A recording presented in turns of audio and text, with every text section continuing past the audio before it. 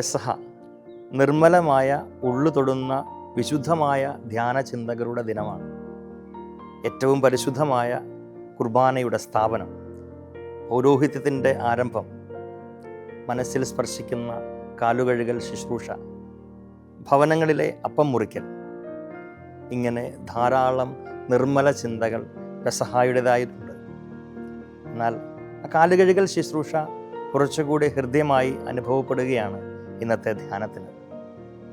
തമ്പുരാൻ്റെ മനോഭാവം പലപ്പോഴും ആ ശുശ്രൂഷ നിർവഹിക്കുമ്പോൾ ഉള്ള് നിറയ്ക്കാറുണ്ട്.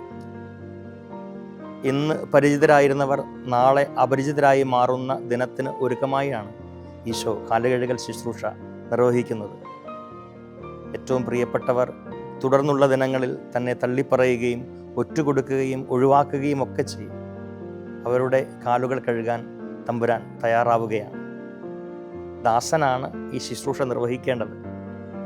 തങ്ങളിൽ ഏറ്റവും വലിയവൻ ആരാണ് എന്ന് തർക്കിച്ചുകൊണ്ടിരുന്ന ശിഷ്യരിൽ ആ ശുശ്രൂഷ ചെയ്യാൻ ആരും തയ്യാറായില്ല എന്നതും ചേർത്ത് വായിക്കണം. അവൻ അവരുടെ കാലുകൾ കഴുകുകയാണ്. ഉള്ള് പൊടിഞ്ഞ് കണ്ണു നിറഞ്ഞാവും ആ ശുശ്രൂഷ അവൻ നിർവഹിച്ചത്. അവൻ്റെ ഒപ്പം സഞ്ചരിക്കാൻ നമുക്കും ഒരു ശ്രമം നടത്താം. ഒരു ഗാനത്തിൻ്റെ വരികൾ പോലെ അവൻ്റെ ഒപ്പം കണ്ണീരിൻ്റെ താളം വഹിച്ച് നമുക്കും നടന്നു നീങ്ങാം. നമ്മുടെ മുമ്പിൽ പരിചിതരായ അനേകരുണ്ടാവും. കാലുകഴുകാൻ നമ്മളെ അകറ്റി നിർത്തുന്ന ചിലർ, കൂടെ ഉണ്ടായിരുന്നിട്ടും നമ്മെ തള്ളിപ്പറയുകയും ഉറ്റുകൊടുക്കുകയും ഒഴിവാക്കുകയും ചെയ്തവർ.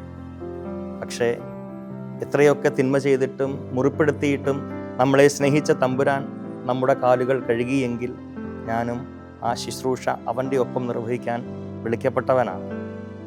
നമുക്ക് ശ്രമിച്ചു നോക്കാം. കാലുകഴുകൽ ക്ഷമയുടെ സൂചകമാണ് എന്ന് നമുക്കറിയാം. പ്രശസ്തമായ ഒരു കഥയുടെ സമാപനം പോലെ നമ്മുടെ പൂന്തോട്ടങ്ങൾ നശിപ്പിക്കുന്നവർ അന്ധരാകാം. അതുകൊണ്ട് അവരോട് ക്ഷമിക്കാം. ന്യായങ്ങളൊക്കെയും നമ്മുടെ പക്കലാകാം, കുറവുകൾ അവരൻ്റെ പക്കലും.